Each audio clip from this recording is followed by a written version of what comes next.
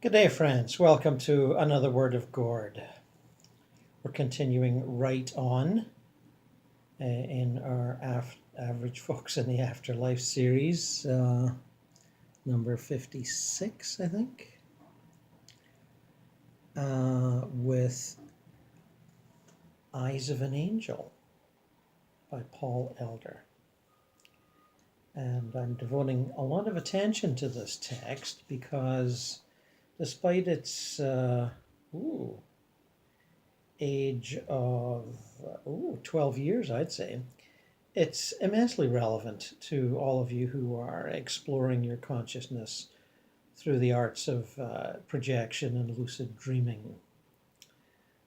And as I mentioned in number 55, we're going to move on to Paul's exploration of the ideas of soul rescue, soul retrieval.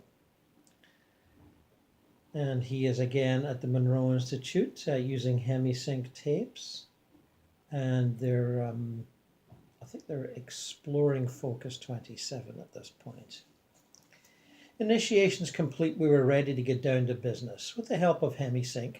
Really used that myself. It's excellent stuff. It really fine-tunes the brainwaves marvelously. And you can get your own little box set, just order them and have them delivered. It's called Going Home. The basic plan of action called for us to be guided by the frequencies to the park. This was a place Monroe often came across in his journeys to the other side. Others had described it as a meeting place, the receiving station, or more elegantly, as heaven. This was where the souls of the newly deceased arrived when they first made the transition. That is, souls that weren't attached to other belief systems like, Buddhist paradise or Catholic heaven or, atheist nowhere, as I like to call it. Yes, atheists have got their own little nowhere that they hang out in. Until they realize there's not much going on and they try to leave.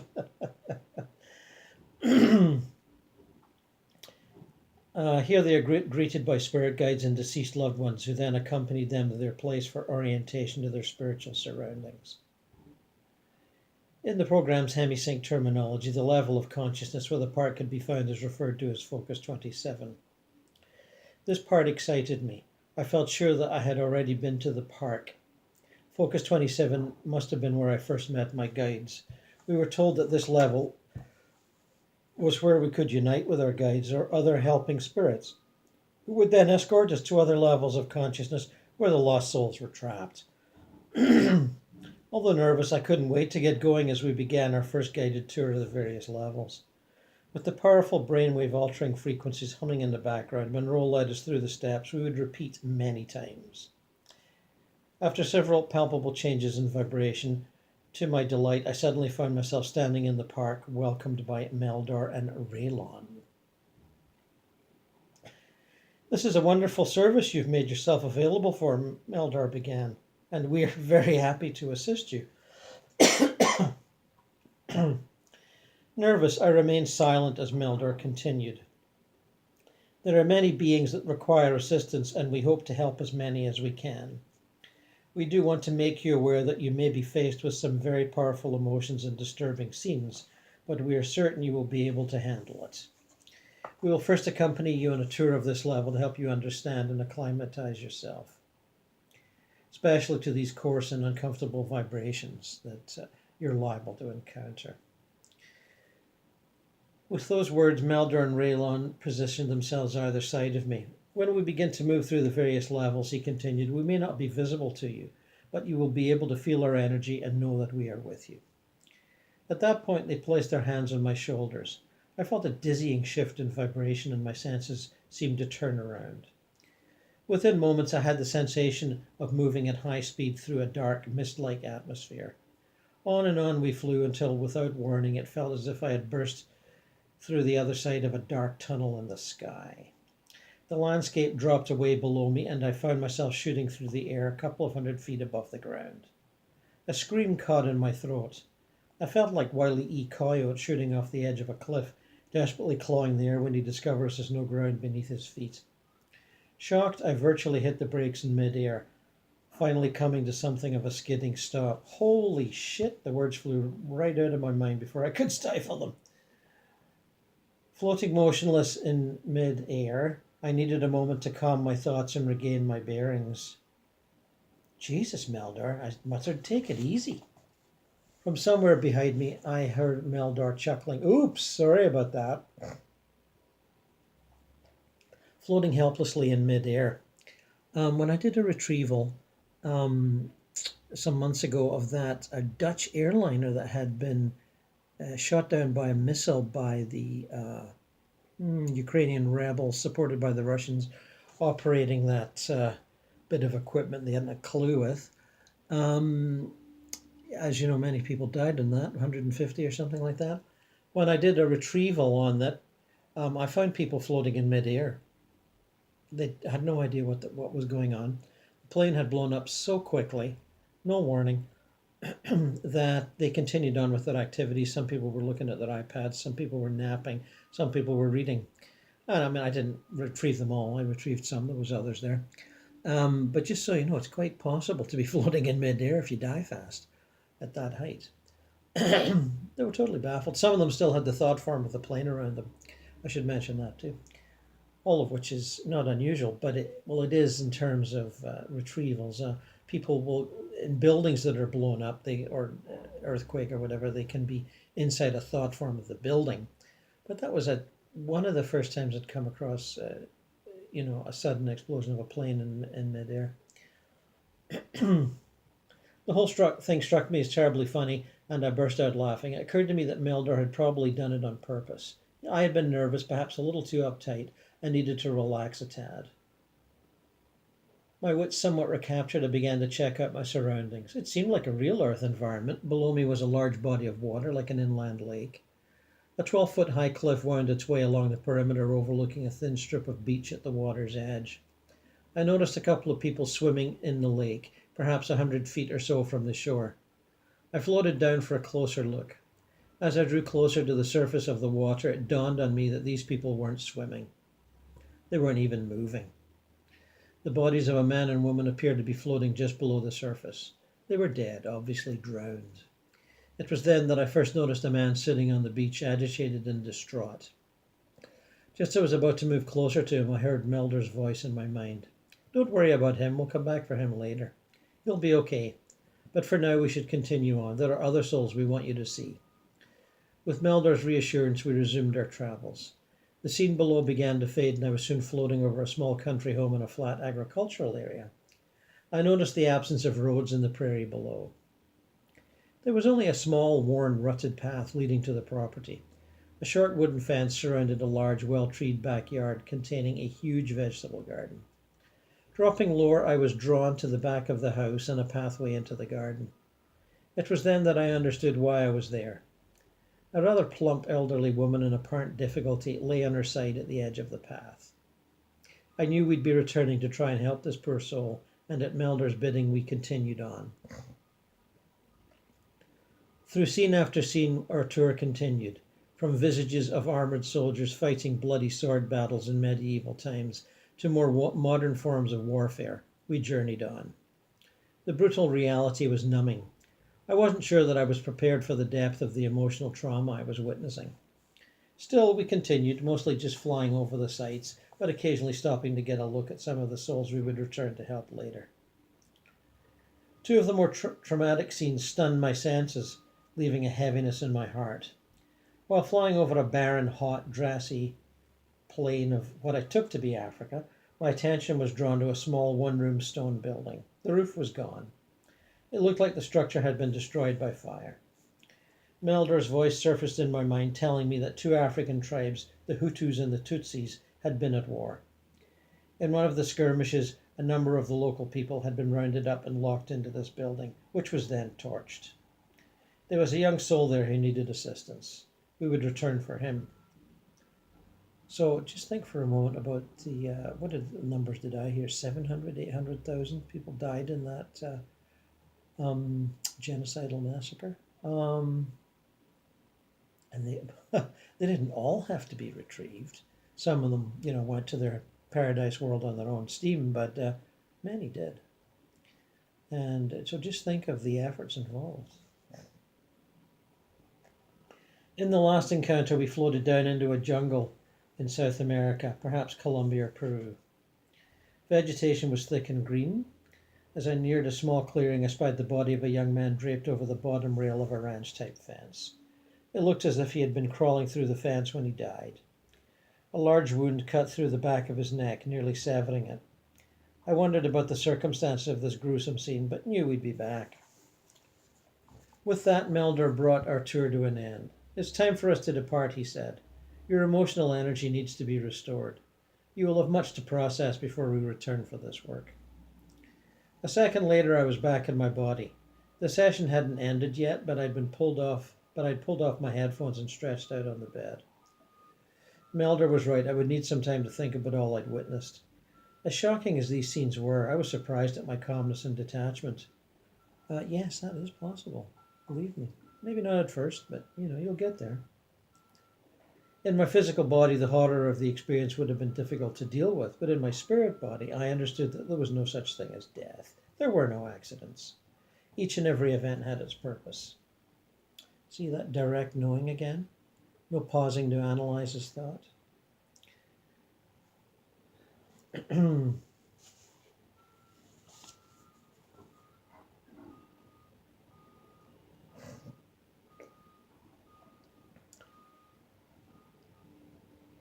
The following morning, rested and alert, I couldn't wait to get going on my first soul rescue mission. By the time the vibrations of the hemisync tone surfaced in my headphones, I was already deep in an altered state. And eventually, with Bob's descriptions, we arrived at Focus 27.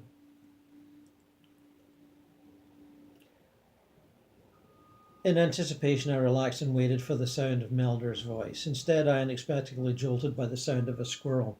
It was so startling, I almost sat up in bed. Then I heard his distinct laugh. "That was you waking me up under the tree yesterday?" I asked. "What, you didn't recognize me?" he chuckled. "You'd probably still be out there if I hadn't awakened you." "Very funny, Melder. You do that type of thing often?" "Only when I need a good laugh," he chortled. "You'll never be able to look at a squirrel in the same way again, will you?" "Not likely. It's a neat trick, though. You'll have to teach it to me someday." "Oh, I can assure you that was no trick.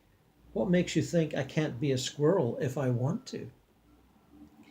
"I don't know, but trick or not, I still like to learn how to do it." "You already know how to do it. You've only forgotten. Someday you'll remember." He changed the subject. "So, you ready to get down to business? We have a busy day ahead. Places to go, people to meet." I like his sense of humor. "To tell you the truth, Melder, I'm still a bit nervous about it. How will I know what to say? What if I screw up or can't get through to them?" His voice softened. "Don't worry, you'll be fine. You were becoming a bit too emotionally involved yesterday. You've got to lighten up a little, or you may end up blocking your own efforts. That's why I've been trying to cheer you up. Just remember, even if you can't see me, I'll be right beside you." And that's true. Lighten up, or you'll block your own efforts. Feeling sad at tragedies and grief and suffering will not help you when you're retrieving. Believe me, it won't. With that, there came a surge in vibration, and a moment later I found myself hovering in the air above a lake we had previously visited. Below me, the same two bodies floated beneath the surface, one male, the other female. About 100 yards from the shore, I noticed a small boat lying on the bottom in relatively shallow water. I somehow knew it had been swamped in a sudden storm. My attention was then drawn to the lone male sitting at the edge of the water. Rocking back and forth in apparent grief, the extremely agitated fellow was consumed with tears streaming down his face. At that point, I became aware of another being floating in the air beside me. I felt his vibration, but I couldn't get a close look. His shimmering image faded in and out of view. Not alarmed in the least, I wondered who he was and why he was there beside me.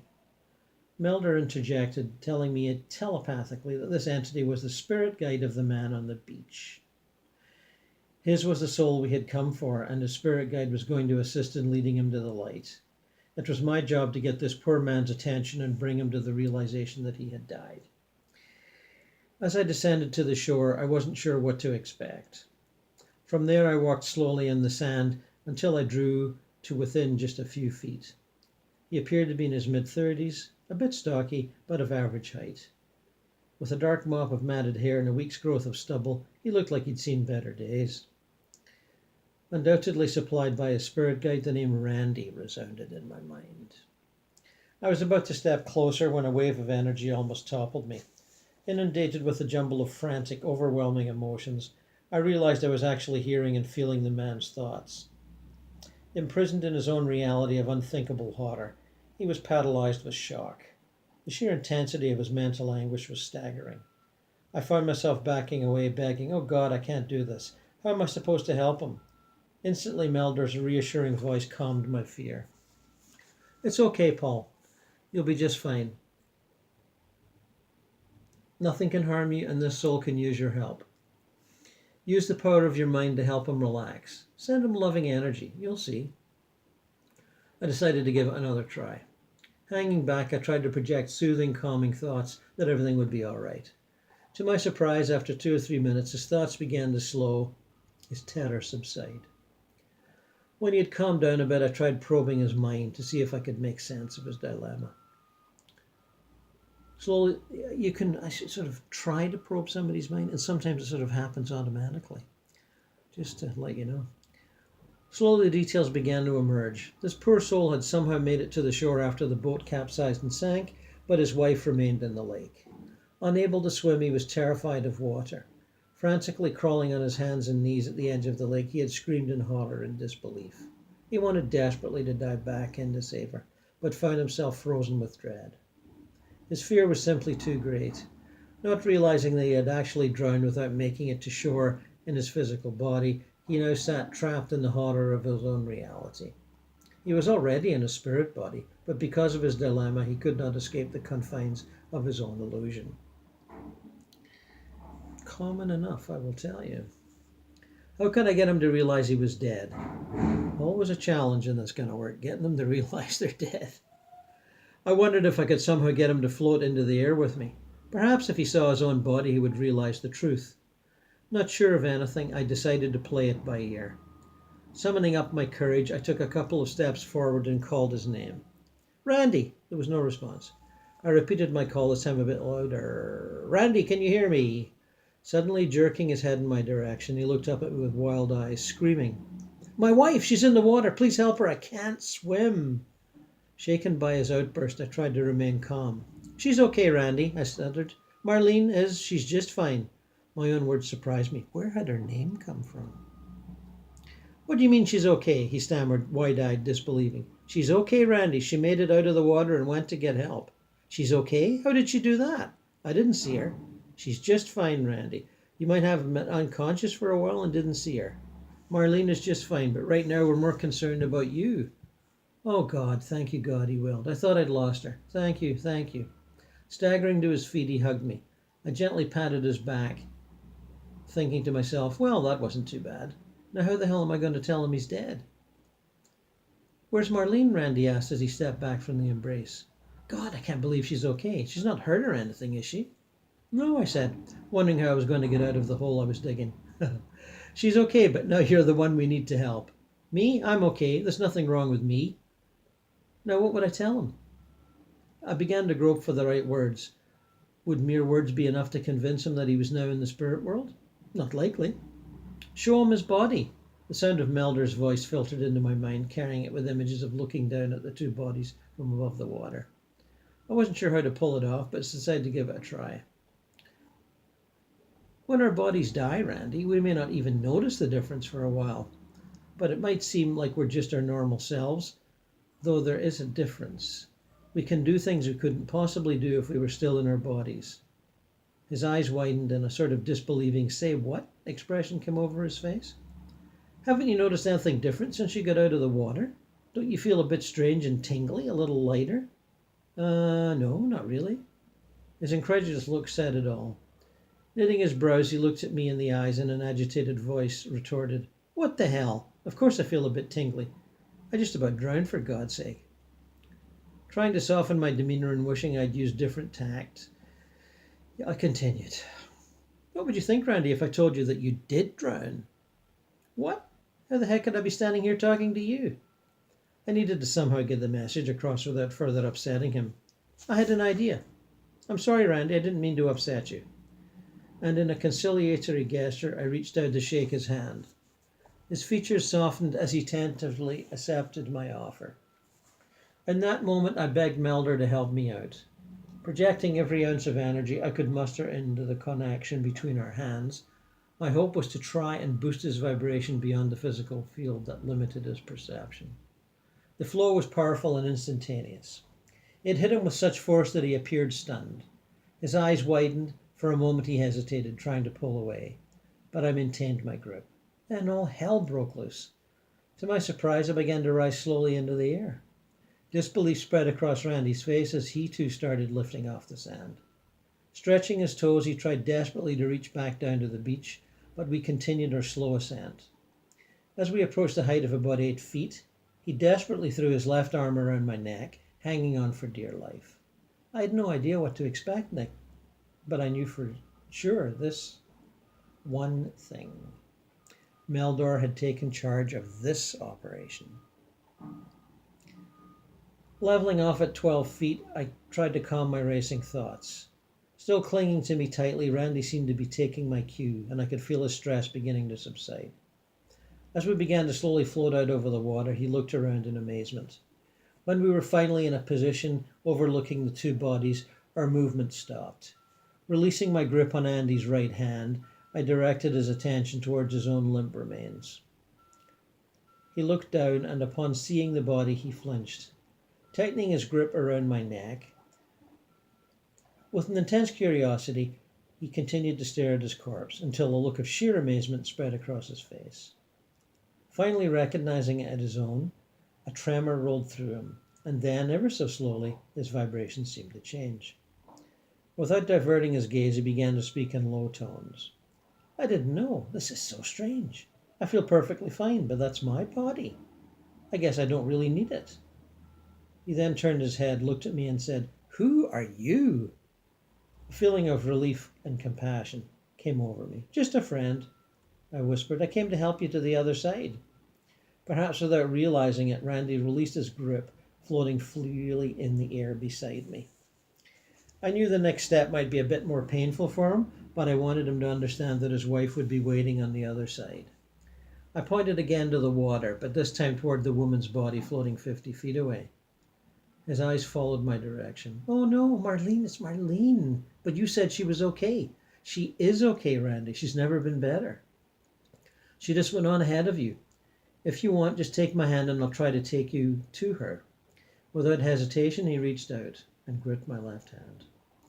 The moment of truth was approaching. Nervously, I closed my eyes and sent a quiet thought message.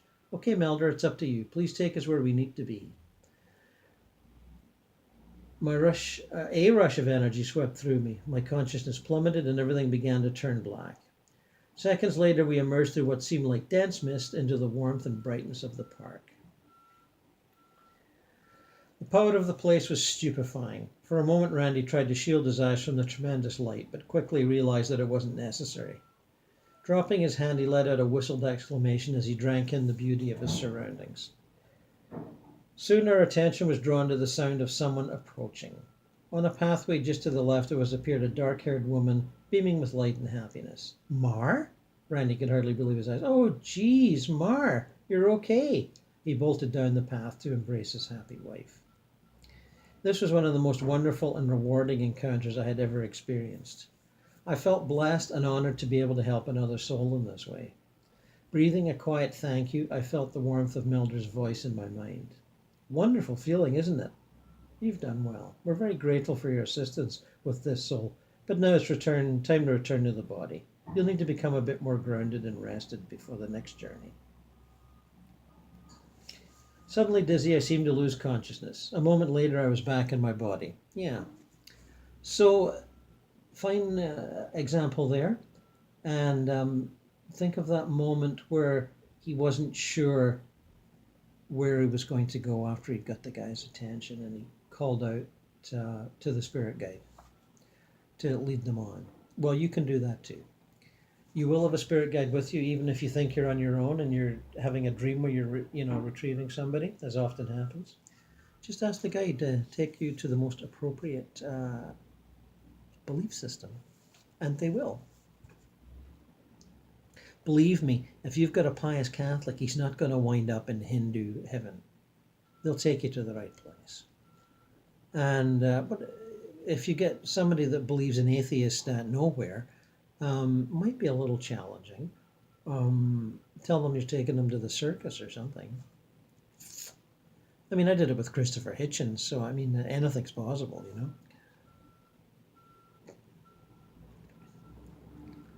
After a good night's sleep, I was ready for another adventure in the spirit realm. Now that I had a bit of experience helping lost souls, Melder indicated that he would leave me more on my own. Yeah, they'll do that pretty fast. I go into this in detail in More Adventures in Eternity, how I always wanted to sort of be, a good sort of student, and they forced me out of it. They teased me out of it, made me do it on my own. It's pretty funny. The hemisync queef frequencies carried me to the park. Once there, I was immediately approached by a wonderful, loving spirit who'd been trying to break through to a soul trapped in her country garden. It was the elderly woman I'd seen a couple of days earlier. This time, the transition to the necessary level of consciousness was quick and direct. After only a moment, I found myself floating in the air directly above the elderly woman. She lay on her side in a well-worn garden path. Beets and tomatoes she'd been carrying remained strewn across the path. I know there was no connection, but she reminded me of my grandmother. There didn't seem to be a lot of trauma surrounding the woman's death, and I wondered why she'd become trapped. Her guide told me her name was Maria. He explained that throughout her life she had maintained an inordinate sense of duty to her husband. In addition, she had never believed in God or any kind of afterlife. Her rigid belief or lack thereof dictated that when someone died, that was it. There was nothing more. So refusing to accept existence beyond the body, when Maria died, she was unable to move on. Thus, for her, time stood still. As her guide telepathically communicated these messages to me, I wondered how long she'd been caught up in her time warp. The crude construction of the cabin, along with the apparent absence of any utilities or even roads, suggested that her death must have been occurring many years later. I was wondering what year it might have been when the voice of her guide popped into my mind. 1853. Unbelievable. More than 140 years had passed in the physical world since this poor soul had become locked in her illusory reality. Her guide, however, assured me that it was not nearly as bad as it seemed. Our perception of time didn't exist on the other side. In her mind, very little time had passed. I began to consider the possibility that this particular soul might be tougher to get through than I had first imagined. Convincing her that she was dead might not be so easy. Asking Melder for assistance, I immediately felt him contributing to my thought process. With his guidance, I tried to say something that might be in opposition to her beliefs. I floated down near the woman to a position about 3 feet off the ground. Seeking to determine her state of mind, I focused my attention on her thoughts. To my surprise, I found she was almost frozen with fear. Terrified of her husband, Maria knew he'd be very angry if his lunch wasn't ready by the time he got home. Oh dear. She had long convinced herself that Herbert was a good, hard-working man, and it was her duty to see that he was happy.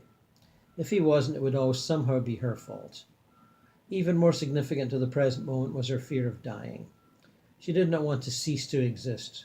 For several weeks before she died, she had felt increasingly strong pains in her chest that began whenever she worked too hard or became upset. She hadn't said anything about it to Herbert.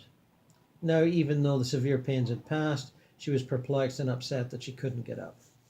It became clear to me that she had died of a heart attack. Her fear of both living and dying had locked her into an illusion. From my position hovering a few feet above the ground, I softly called her name, Maria. She lifted her head in my direction but said nothing.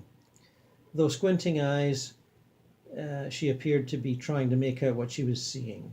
After a few seconds, she finally responded, "What do you want?" Her voice revealed a strong Polish or Ukrainian accent. Somebody said that to me once. The American Beat Generation writer Paul Bowles. He preceded the Beat Generation, but he sort of became part of it a little bit, or they kind of worshipped him. Anyway, he lived in Morocco for a good part of his life, and he died. And after I had read he died, I went looking for him, and he was in a sort of a small astral space, sort of like wherever he lived in Morocco. And he looked up at me and said, "What do you want?"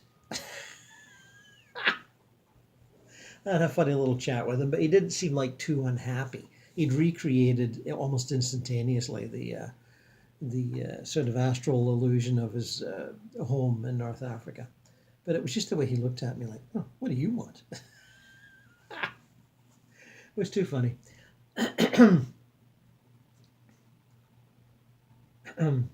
"I came to help you, Maria. Everything will be all right," I said. "But I just can't get up," she replied. "Sure you can, Maria. You can get up. All you have to do is take my hand and I'll help you." "But you're not even touching the ground. How can you do that?" she asked suspiciously. "Who are you, and are you an angel?" "No, Maria, I'm not an angel," I said softly. "But I can help to take you to heaven." "Heaven, there's no such thing," she argued. "It doesn't matter if you believe in heaven or not, Maria. It still exists and it's real. You didn't believe what the Bible said, but it's true. Remember the pains in your chest? You knew there was something wrong with your heart, didn't you? Well, now your body has died. You can leave it behind and go to heaven. All you have to do is take my hand." I floated down to the ground beside her. As if testing the reality of what she was seeing, Maria closed her eyes and shook her head. When she reopened them and I saw I was still there, she let out a sigh of resignation and slowly reached out for my hand. Grasping an arm, I gently guided her to her feet. Although she didn't realize it, it was her energy body, and she was virtually weightless. That's always fun. The balloon effect, I call it. You just gotta float up. Watch out for the balloon effect. A look of relief and amazement spread across her face. She was finally ready to leave. Holding her hand, I focused my thoughts on her spirit guide asking for assistance.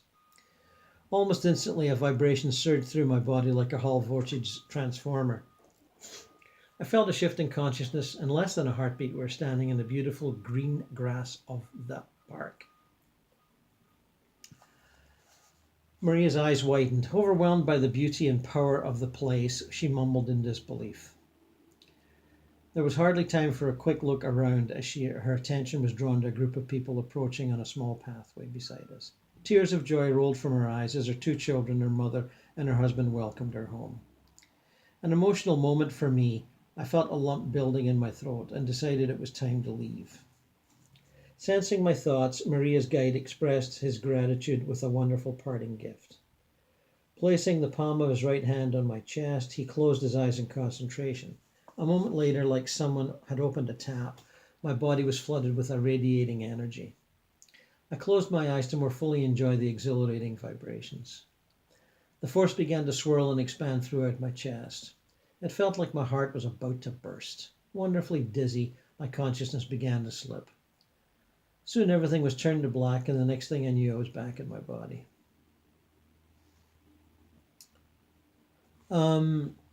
You might be wondering why the spirit guides can't do this themselves. Well, as it was explained to me years ago by Bruce Moen or somebody else, can't remember now, permanent astral residents have a certain vibration, and that is the spirit guides, that they can lower to a certain point. But physically living people like you and me that are meditating and projecting, when in our spirit bodies, we have a lower vibration than they, and we're more easily able to focus and reach the confused dead. When you're asked to do something like that, the spirit guides have already tried and can't get through. It's kind of like they're on a television channel that person can't switch to. So in case you're wondering about that, that's the basic scenario there. So last day of the program. Meeting a guide, and here we go. With a determined but gracious manner, she led us quickly to a soul who had been entrusted to her. Without any feeling of movement or direction, we were suddenly standing for a mudstone building on a wide open plain. It was the burnt-out building I had been shown a few days earlier. The building had been burned black, the roof was gone, and what had been once a window and door were now just bleak, sooty openings. I stepped closer, peering in. The sight of more than a dozen burnt and charred human bodies almost staggered me. Repulsed, I wanted to get away from the place. Yeah, I hear you. Even though it was difficult to discern the features of most of the bodies, it appeared that nearly all of them were either quite young or very old. They were male and female, and also strewn across the floor. At least 5 of them were small children. The suffering that must have occurred seemed too horrible to comprehend. And this had been done deliberately. What kind of fear and hatred would cause someone to do such a thing? Ancient tribal resentments would be my answer to that question. And as we look around the world, and as we see nations retreating backwards into nations and away from the brotherhood of all men, whether it be in Europe or North America or in Russia, we're seeing much the same thing. It's the reemergence of tribalism and the take care of your own, and we're better than you. And it's a serious blip on the path to brotherhood. And it'll probably last for a while before for the ones that are participating will realize the foolishness of their actions, but it will get reversed.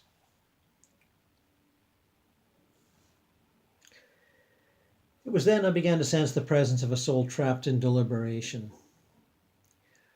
Near the far corner of the room, a young black African boy, perhaps 10 or 11, lay face up in a crumpled heap. His thin hands were clasped to the side of his head, covering his ears. The horribly burnt body of an older woman lay across his legs, pinning him down. This was simply too much. I didn't want to see what this young man had experienced. Closing off my perception, I begged Melder for help.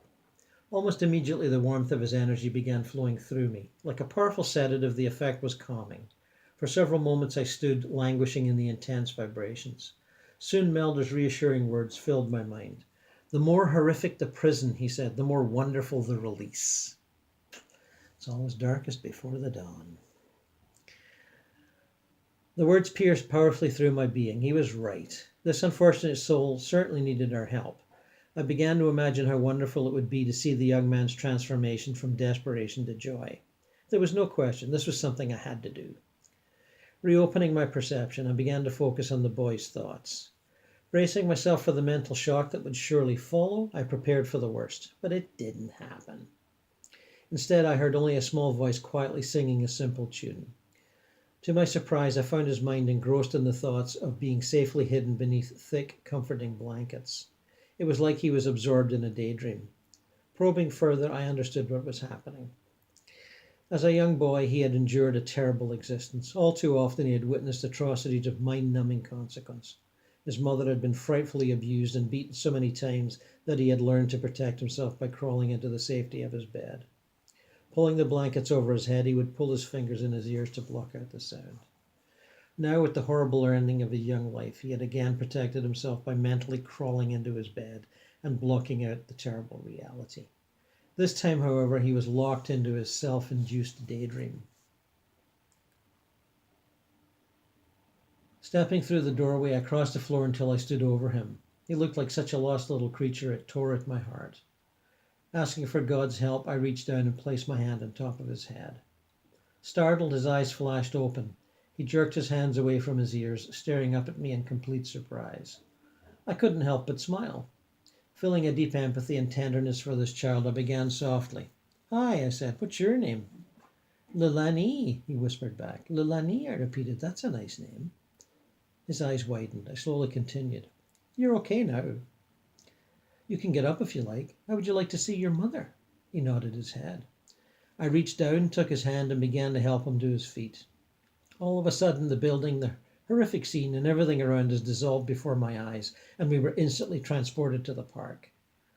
Lilani's eyes were wide with amazement as he scanned the surroundings. Before I could say a word, he bounded past me, yelling, "Mama, Mama!"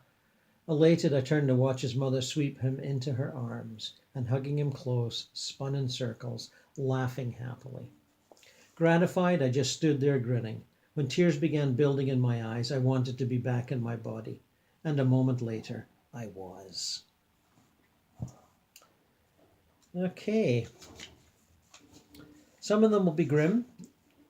You'll get easy ones first.